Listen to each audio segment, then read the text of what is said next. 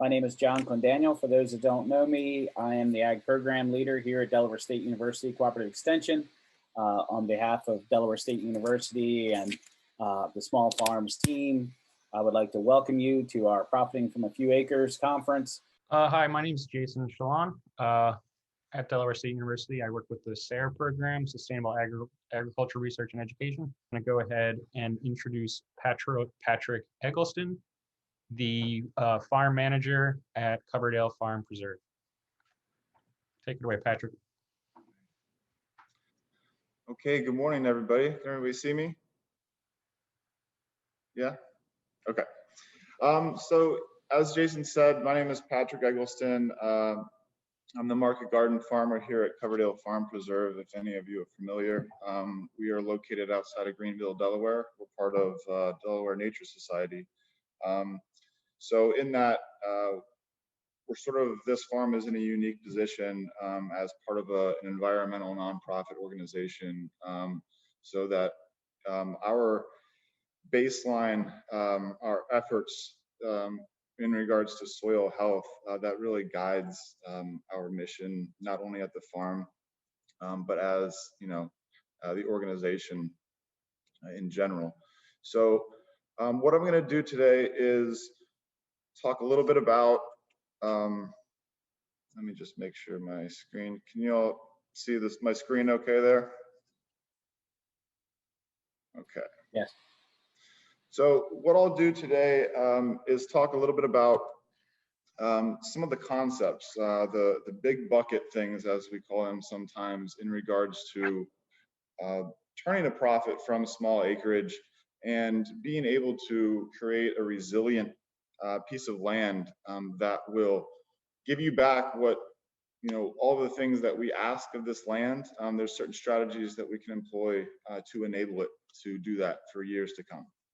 So what we'll be talking about today is soil and how that's going to relate to the profitability and the capabilities of your site. Now, a lot of this stuff, certainly a lot of you may know, a lot of you might not, but I'm going to go through it step by step. There's a lot of details I'll leave out that I could talk about, but there are some references I can leave a list with Jason if y'all need to refer to some more specifics with regards to the soil food web and some of the different elements that play a crucial role in what we're doing with growing food. So what we'll do is we'll split these up into three big buckets. So we'll talk about the soil food web and the role that is playing and how at this farm we choose to cultivate that and encourage that life process. I want to talk about financial objectives and planning. We'll give just a general overview in that subject in terms of some good strategies when you start to give yourself a guiding light in terms of financial objectives and goals. The third, we'll talk about resiliency and regeneration. So the way that we, again, as part of an environmental organization, we have a serious focus here at this farm as far as soil health. And that's what we base our entire production plan off of, not only the production plan for this year, but also our 10-year master plan for the entire site. It's all based off of soil health, and that is the thing that's going to propel us forward and make us successful. So we'll talk about soil a little bit and the concept of living soil. Okay, so certainly I think we all understand that the soil food web is alive, and if not, we should understand that. What we want is we want living soil. We want soil that is teeming with microorganisms, fungal activity. We want to encourage all of those processes because that is our digester. Okay, so we don't do any tilling here at Coverdale, but only in the last several years have I implemented those strategies. I've been here, this is my third season at this farm. So for 3 years, we've been implementing those types of strategies. No tilling or minimal tilling. So the only tilling that we ever do is typically on the top 2 inches of soil, generally because that is a new top 2 inches of organic matter from the previous plantings. A lot of times we will use the power harrow, which will just simply stir that organic matter into the top 2 inches. We do not disrupt anything below those 2 inches, with the exception of using a broad fork. So hopefully all of you are familiar with a broad fork. It's just quite literally a broad fork that we basically pry open the soil with. So all of our beds, you can see in the picture here, this is a picture of South 2, one of our gardens, South 2, right after we dressed it with a little bit of compost and we redid our aisles a bit. So this one is about to take a whole bunch of transplants, but right before we dressed that the way we did, every single one of those beds was gone through with the broad fork. And if you look at it closely, you can barely even tell that that was done. And that's the idea. We're not ripping the soil open and obstructing that soil food web. We're just prying it open, allowing more water and more air to get inside of that soil, which is going to create conditions for life. So in contrast, and again, this is a concept some of you may have heard, but rototilling, and I know it's necessary in a lot of circumstances, especially initially when you're breaking new ground or you have some serious issues with invasive weeds and things like that. But it should be understood that rototilling, every time that is done, that resets all the way back. It resets that soil food web and the progress that life has made since the last time it was disturbed. So what we try and do with the methods here is provide conditions for all of that life to succeed. We do that by warming the soil with silage tarps. We do that by germinating weed seeds and then knocking them down. We plant into living mulches sometimes, and we also plant directly into compost occasionally if we don't have enough time leading into that planting as far as prepping it for weed control. So as I said, nature knows how to do this. We are here as soil farmers, and we all should consider ourselves soil farmers because that is what we should be growing. So we are here to encourage those processes that already exist and that are already flowing. So a couple of the essential concepts of what I mean when I'm talking about the soil food web. Above all, if you take anything away from this slide in particular, it is the first one there, biodiversity. That is what we're trying to encourage, but that means biodiversity in terms of genetic, species, and ecosystems. Okay, we want different species of similar plants and animals around. We want different ecosystems around the farm that all contribute to the whole system. So it's our job to find a way to make these systems work together. Give them the tools they need to do that. So that leads to, like I said, conditions for life to thrive, warming the soil, keeping the soil covered at all times. The soil should always be covered, whether it be a green manure, wood chips, a mulch, a silage tarp that we use quite often. Rain, something as simple as rain can disrupt the aggregates of soil, and you're slowing the progression of that life. So organic matter should be our main input as growers. The organic matter, all the crop residues, certainly there are some exceptions, but we make it a point here at Coverdale not to remove any organic matter from any bed ever. So what we do is very carefully, and we have all of these things scheduled, but we knock those, let's just take a bed of lettuce, for example. Once we exhaust that harvest, we're gonna mow that down, we're gonna let it dry out, and then we're gonna stir that into the top 2 inches of soil, and we let the soil food web do the rest. Okay, so sometimes, depending on your timing, certainly that could be what some folks might consider a messy, quote unquote, bed. But as long as all of that organic matter is there in the right proportions, then that should be our goal. So the structure of the soil is something that the organic matter is going to obviously contribute to. It's very important that we promote a resilient soil structure. But I'm also mentioning the land. Okay, so the structure of the land, quite simply by that, I mean how you have things laid out in your field. Crop rotation, it cannot be understated, the importance of crop rotation. And like I had said before, the effort that we need to put into fitting the different systems that might exist on our site, fitting them together so they're all working as a whole system.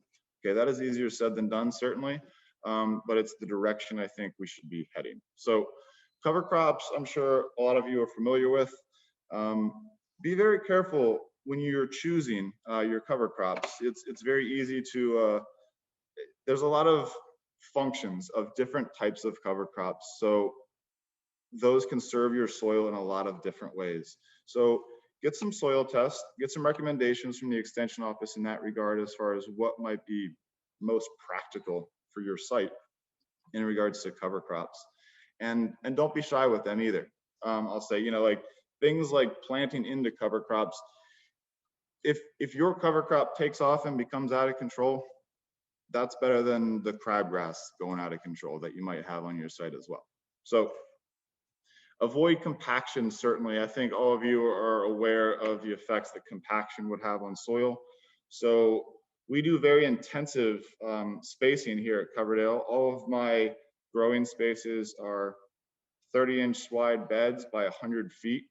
So every single planting area is the same size. It's a very modular system. It makes crop rotation a bit easier. And it is certainly a tangible bite-size piece, if you will, when my crew and my team is out there doing tasks. I would recommend avoiding growing spaces if you're growing in that style longer than 100 feet. So the fungal elements, I just wanted to mention as an essential part of the soil food web because, and again, this may be common knowledge to some of you, but it is, we use ramial wood chips in our aisles as mulch. So what those are, basically hardwoods, young hardwood branches. Now the lignin in that wood is one of the main components of a stable humus. So we want those things present, and we use young, small branches of hardwoods because they're less acidic certainly than some of the others, but they're also loaded with nutrients. Okay, so we're taking those branches that are literally just about to bud, jam-packed with nutrients. That's the stuff we want. Now, when those wood chips are breaking down, that white, you know, is the fungus that is breaking those things down. The mold that is then created by those funguses is forage for the bacteria that then feed the rest of the soil food web.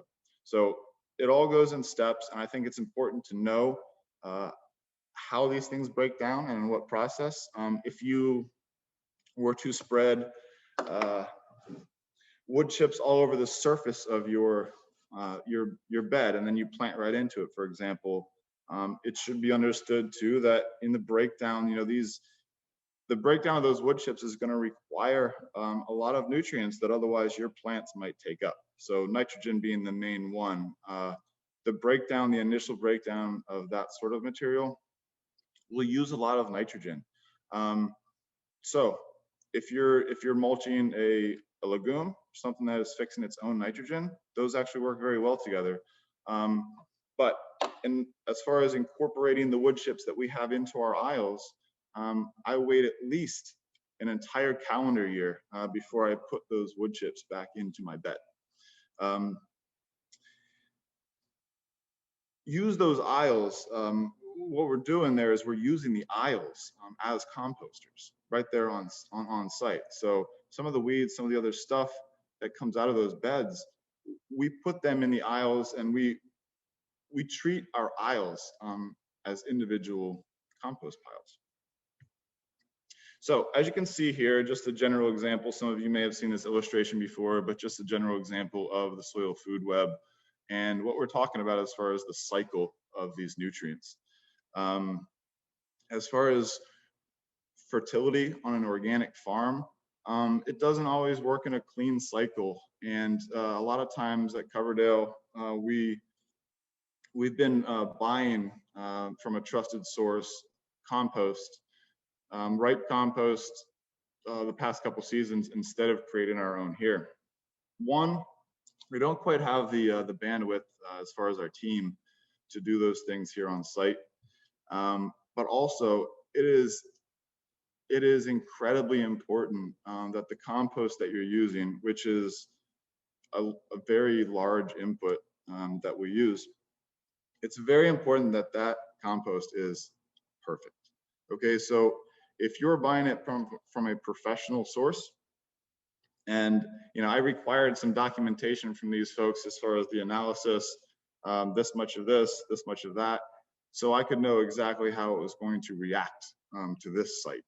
So professional compost manufacturers like that have that documentation. They need to have that documentation because customers like me demand it. So you should demand it too. And that's not to say that you can't create your own compost. I mean, absolutely, and I would encourage that, but don't feel the need to necessarily work that into your system right off the bat. Sometimes for the first couple seasons, it is more practical to bring that material in. Certainly long-term, we're trying to limit off-farm inputs, but the initial stage of getting some proper compost onto your land, I feel like is very important. And if you need to use an outside source for that, do it.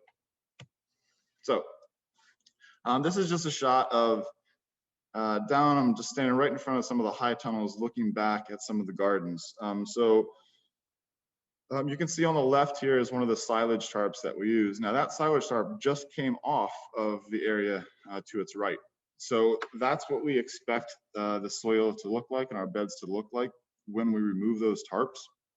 So depending on what is present, what we're trying to do with that tarp, that'll determine how long it stays where it is and when it needs to be moved. So those factors include certainly the time of the year. The hotter it is, the more effective those tarps are going to be in terms of warming the soil and creating conditions conducive to seed germination. So in the summer, certainly that window is shorter. However, in the summer, we're all facing a little extra pressure from the weeds. So in order for those tarps to be completely effective, they may need to stay on that site just a little bit longer to completely diminish that weed pressure. So these tarps, that basically, that's our, if you think of how a forest, how Mother Nature does it, that's our leaf litter, okay? So we're never allowing our soil to be exposed. Now these are about to get planted right now, so I'm cheating a little bit by having them all open, and to be honest with you, it makes me nervous looking at that picture right now. So, all right, we'll come back to soil a little bit. I want to just touch on some regeneration aspects of our methods here and some suggestions for y'all going forward. But real quick, we'll talk about financial objectives. So I'm no business expert, but I do understand after all of these years what it takes to not end up in the red year after year, and it's tough, and it takes practice. And there's just a couple things that I think if you focus on in the beginning, even if it's the beginning of your growing career or if it's just the beginning of your season, I think there's some good nuggets to hold on to. So crop planning, as simple as that sounds, it is the most important thing you can do in terms of setting up your financial goals and what you stand to bring in. You need to set those goals, some measurable goals, so that you are pushing for something instead of just trying to produce as much food as you can and trying to sell as much of it as you can. Sure, that is the idea if you're selling these vegetables, but you need to set yourself specific goals and then build your plan around, build yourself a roadmap on how to get to that goal. And that leads to the concept of mapping the seasons, okay? Understand who you plan to sell to, how much of it, how often, all of those different factors, and map that out. Draw up your production plan in terms of when you want to get this chef this, and how often you want to get it to them. Things like that. Chefs, for example, restaurants, those types of customers have some pretty strict standards as far as the consistency that they're looking for. So build that into your plan. The plan, I should say, as I say quite often, is a bit like a budget. It does not always go according to plan. There are adjustments that need to be made all along the way. Build yourself a map and you have a baseline. And build in some plan Bs, I might say, into that map, okay? I throw hypotheticals at my team all the time in terms of what happens if we have to mow that bed down right now? You know, the bed that was destined for this customer and that customer, and you know, it's an $800 bed of mixed lettuce, and for whatever reason, it's toast, we got to mow it down. Well, if that's the case, you should always, there should be a second one of those beds, either right next to it or in a different garden. There should always be redundancy built into your production plan. I cannot emphasize that enough. That way, obviously, yeah, it's not quite a deal breaker when something goes wrong, and things go wrong. We all know that. So the adjustments, the crop calendar and the sales plan, all of those things fit together. Your adjustments will be made easier if you have everything properly mapped out. So crop selections, after you've gone through all of those steps and realized what your customers want and when they want it and how you plan to grow it, then, only then do you go and you buy your seeds and you select which crops you're going to grow. Okay, figure all of these things out before you open up that seed catalog and get lost in the pictures, and we all do that. Be nimble, be quick. Okay, so in terms of the production plan, folks, I cannot emphasize enough, and I have plenty of work to do. I'm no expert, but I wanted to show these pictures to you just to give you an example of your production in terms of your propagation. Okay, spend the time, the money, if you're able, put that investment into your strategies in terms of propagation. It is not, it is the linchpin of the production plan. And for many seasons, I wasn't paying very close attention to the germination temperatures or the soil media versus the soilless media, and all of those tiny little factors in terms of germinating seeds. It is like you need to become an expert. Okay, so do whatever it takes. I would recommend to master the art of germinating every type of seed that it is that you're growing, because when you feel very comfortable and you feel very confident that the 1,000 seeds that you planted, you will get 1,000 plants that germinate. I mean, that's priceless. So take the time and become an expert at that piece, because that only will have good snowballing effects down the road. Okay, so I won't spend too much time, like I had said, talking about the finances.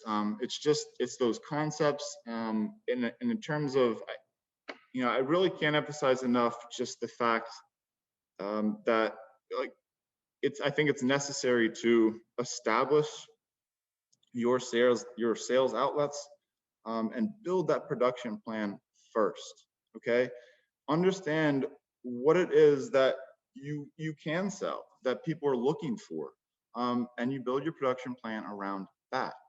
For example, if you're selling at markets primarily, you want stuff that's going to be reliable and easy for you to produce, quick turning things that will be minimally susceptible to pests and things that can damage the crop entirely. And you want stuff that people at market are able to take home and know what to do with. Okay, I love kohlrabi. Okay, my CSA customers in years past have given the whole, wow, yeah, that looks pretty, and have no idea what to do with it. And even though after all of those conversations about this is how you use kohlrabi, it's still not in high demand. And if you're going to market and you want to flip stuff and you want to leave with an empty truck because you're not taking anything back to the farm, then go to market with the stuff that you know people want, and they want it every week. Salad mix, carrots. I do the small turnips, the Japanese turnips. Simple stuff. The greens obviously is something that I focus a lot on. Take the time to invest, to survey your customers if you can, to understand what it is that they want. And then you can plan your strategy around that. Now, all these things, all these concepts I'm talking about with soil, they all lead into the ability for you to meet the goals that you're setting for yourself with your clients and with what you want to produce.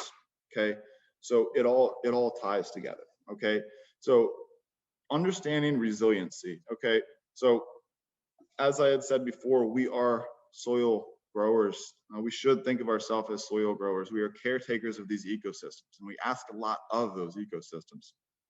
So we need to be prepared, willing and able to put forth as much effort so that it can be a mutually beneficial relationship between us and the soil. We all understand as farmers, as aspiring farmers, wherever we might be in the industry, that agriculture has the potential and has been one of the most destructive things to the environment ever, okay? But we should also understand that as growers, as caretakers of this land, we are in an amazing position to use these farms, to use the land itself as a tool to reverse those negative trends that agriculture has implemented in the past. So, you know, we're talking about things like creating incredible biodiversity, carbon sequestration. Our farms, small scale farms like this, or even large scale farms, if they're managed properly, they can pull in and keep so much carbon. It's off the charts, and we are in the position to help with those problems as growers of the soil. So the compost, the cover cropping, crop rotations, which will lead to the proper management of invasive species and creating the correct balance. That is the main concept of what I mean when I talk about resiliency, is all of the systems working together, okay? And as I said before, it's our job to enable those processes and help give Mother Nature the tools that it needs to go forward with that and minimize the negative impact that we have doing what we do. So soil, as I say, is the answer. So it's all about soil. This is a picture of one of my high tunnels polaris that we just got done. If you can't tell, just putting down, filling in those aisles with some fresh wood chips, and that's just a very fresh film of compost. It looks pretty thick, but that's just about a ½ inch of compost. It's some tedious, I'm pretty particular about that, how that stuff is spread. So that was actually a first go around with a few of my crew from last year, and they redid that once, but I was happy with how it came out. So I wanted to show you that picture because that's a fresh planting. That's before all of that, before it got shined up, so to speak, like that. That bed was full of its last plantings. The residue from all of those last plantings, it was pretty messy. We mowed it down. We worked that into the top 2 inches. We broad forked it.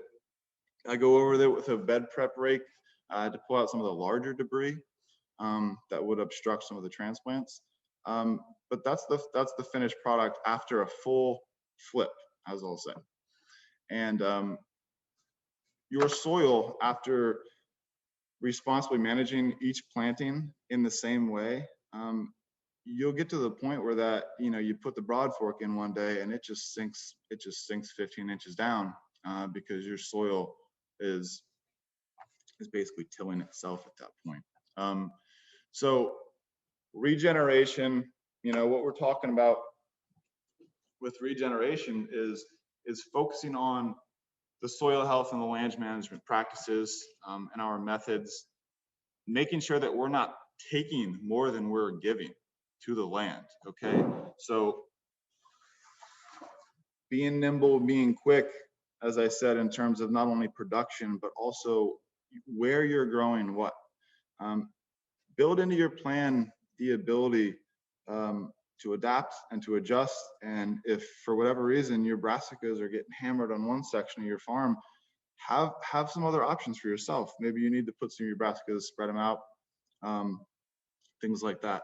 So pulling in the carbon, like I talked about, as far as I'm concerned, it is our responsibility as small scale growers to do what we can to not release, to be mindful of the carbon that we release. And there's no reason that smaller scale farms can't be carbon neutral if the effort is put forth. So cover cropping, like I said, rotational grazing is something that we have going on here at Coverdale, but we don't quite have the personnel to have that be a full part of our system. So we have not married the livestock and the vegetables yet. It is part of our long-term plan. Natural waterways, just like the other ecosystems I had mentioned on your farm, you want to encourage those systems that are already present. Unless they're disrupting your specific mission in terms of production and things like that. We have a swampy part of one of our fields here, and so over the next 2 years, we're gonna do what we can to encourage that to just go back to a wetland because that's kind of what it wants to be. So natural waterways, notice where they are and encourage those processes. It's important for your land. I tell people all the time, it's not about necessarily getting rid of all the bad stuff. Okay, it's not necessarily about getting rid of all the bad bugs. It's more about creating a balance, a proper balance of all of the things. Okay, we've all heard the story about getting rid of natural predators. I'll use as an example. Well, we can't expect to get rid of all of the bad because if we did, then there wouldn't be any contrast, and it's not feasible. Okay, so put more effort into, be my suggestion, put more effort into creating a robust balance of all of those things. So it doesn't necessarily mean encouraging more cucumber beetles, but it means encouraging more good bugs. So to squeeze the bad stuff out, perhaps. Okay. As I had said before, just some of the key concepts that I'm talking about here is, these are literally the 3 pillars of regenerative agriculture. So the regenerative certification is something that Coverdale would like to achieve going forward. Right now, we practice all organic methods, although we are not certified yet. So we need to go through that certification process first before regenerative certification would even be an option for us. That being said, we are gearing our methods. All we do is these types of responsible, what we consider to be responsible methods, taking care of the soil, taking care of the animals and making sure their welfare is properly managed. And also, it's about people.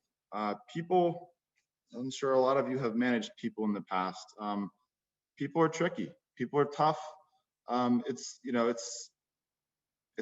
not as straightforward as the soil sometimes.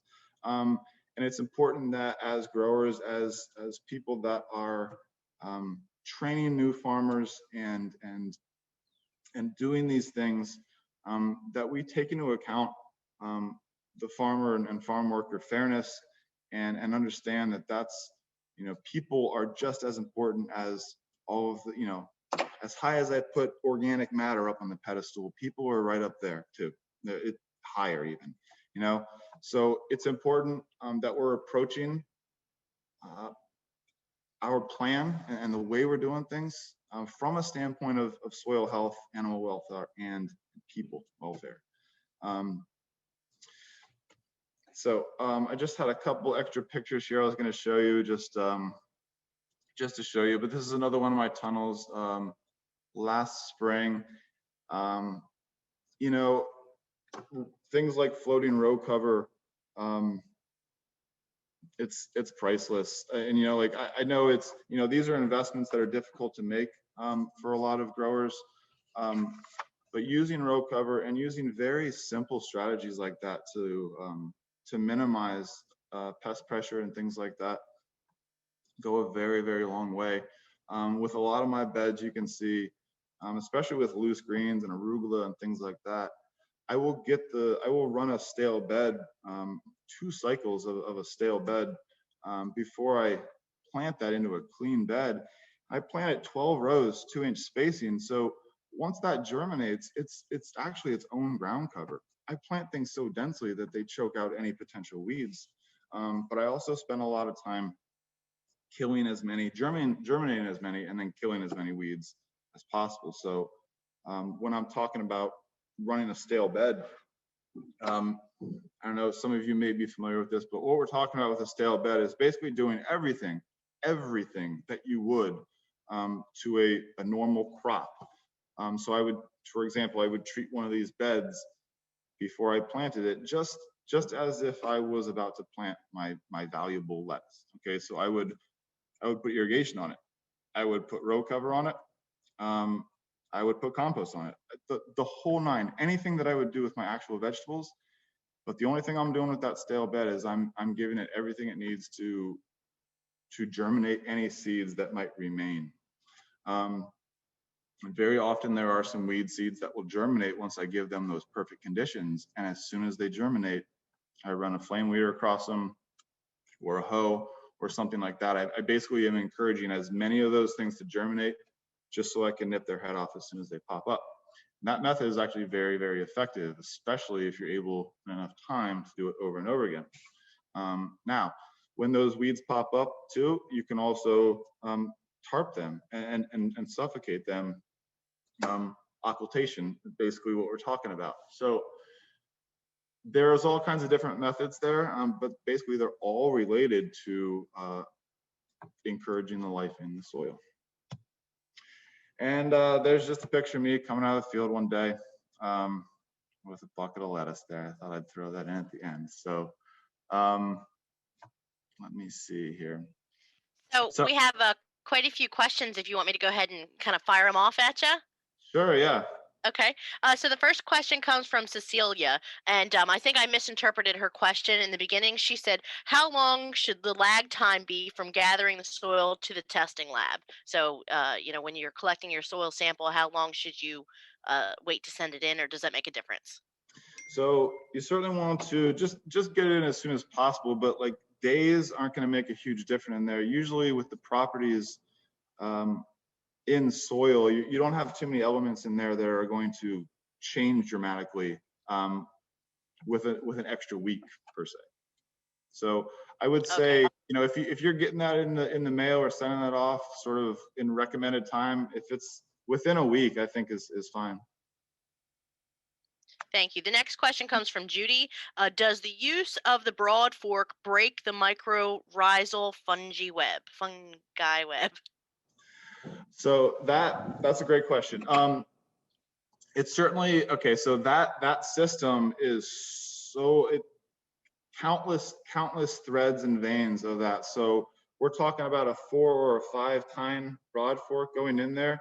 So the amount of fungal activity that broad fork would disrupt is very minimal relative to the soil that you're working. The next question also comes from Judy. Do you mix a selection of cover crops at once? If so, how many different ones do you use and what are they?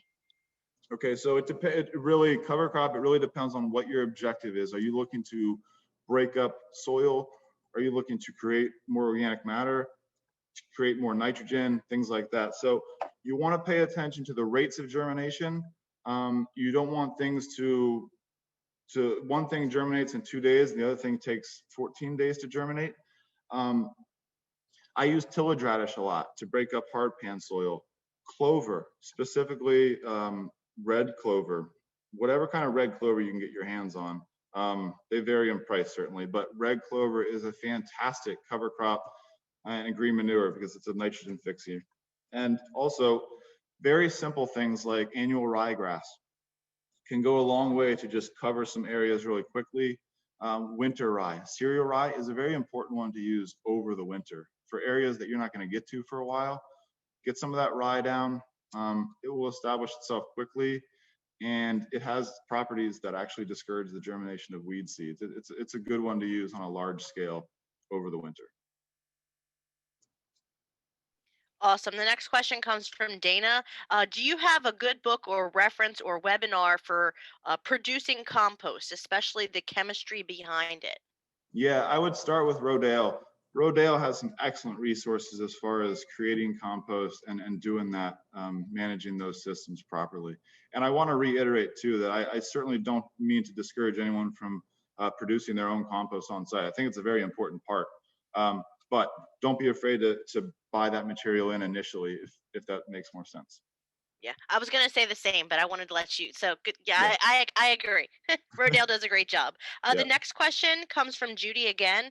Talking about compost again, does the black plastic get hot enough to kill off the beneficial microbes? It can, but so if you're using a black tarp as opposed to a clear tarp, which I sometimes use, but we call that process solarization. In that process, you are heating the soil up as much as you can because you're creating a greenhouse there basically and trapping any environment. So with the black plastic, it actually provides some sort of shade, and a lot of that soil activity is actually well below. I mean, if you think about it, you're not seeing a lot of that life for a couple inches down. And in most cases, that temperature is pretty stable, even under a tarp. Okay. The next question came from Saladin. How long do you leave the black tarp on? I think you might have just answered that. Yeah, again, Maybe a little bit. it depends on kind of like what your mission is with that tarp and that spot. So in the middle, let's just use an example. June, okay? If it's June and you need to plant your last round of carrots and you need a clean bed, and you got some weedy areas, you would want that tarp to be on at least 10 days, at least. And that's to snuff out weeds and to clean the bed a little bit. But typically, I want my tarps to be on any given spot at least 2 weeks. In the winter, Okay. I think it's worth saying, like if you need to snuff out some large areas of stubborn weeds, perennials even, there are some areas where you might need to leave that tarp on for months or a year or more. So sometimes that takes some experimentation as far as what you're trying to do with the tarps. The next was it was kind of a kudos from N. Brady. Great to see you, Patrick, and thanks for including the financial objectives and a bit on managing risk in the crop plan. Kudos. The next question comes from Judy. When do you stop broad forking the soil? When it sinks down 15 inches? That's a great question. So broad forking is very important in the initial process, establishing these permanent beds. There does reach a point where you might not need to broad fork any longer. I mean, once you open that soil up enough over and over again, you will create such, soil teeming with life that it will start that process itself. And so, do the whole hand dip method. If you're getting an entire hand into just, very easily into, if you're getting 6 inches down, you're off to a great start. Ideally in a perfect world, that soil should be soft enough where you could like effortlessly just put your hand into that soil up to your elbow. That should be your goal. And I'm not even close to that yet, just FYI. So. Okay. The next question is from Andy. Does your farm offer any internship opportunity to ag students? Yeah, so we're creating right now formally our an internship program that we'll be implementing going forward. We don't have that program set up right now, although we are. I am looking for some individuals, some employees this year for some field work. So for what that's worth. I think it's worth checking back periodically to the Delaware Nature Society's website because those are programs that will be beginning, in the coming months and years. The next question is from Vinny. Do you have any beginner books or websites you suggest or recommend to get started? Sure. Yeah. So some of the most important books, if you're beginning, is go through Elliot Coleman's stuff.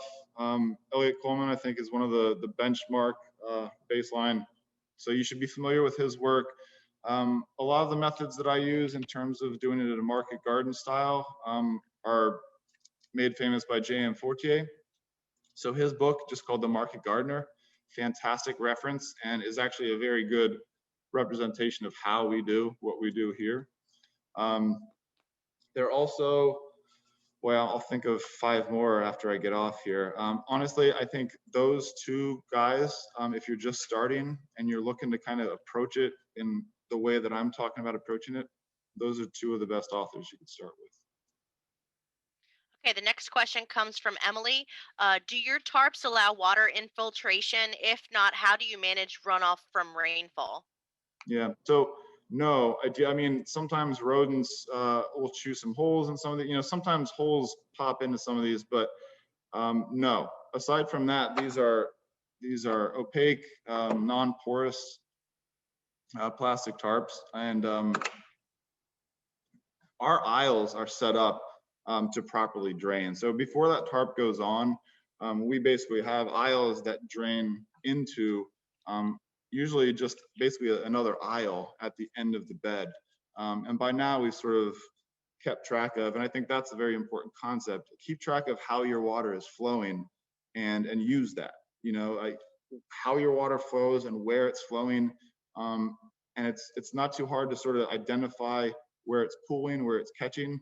Cut yourself a little trench and send it where you need it.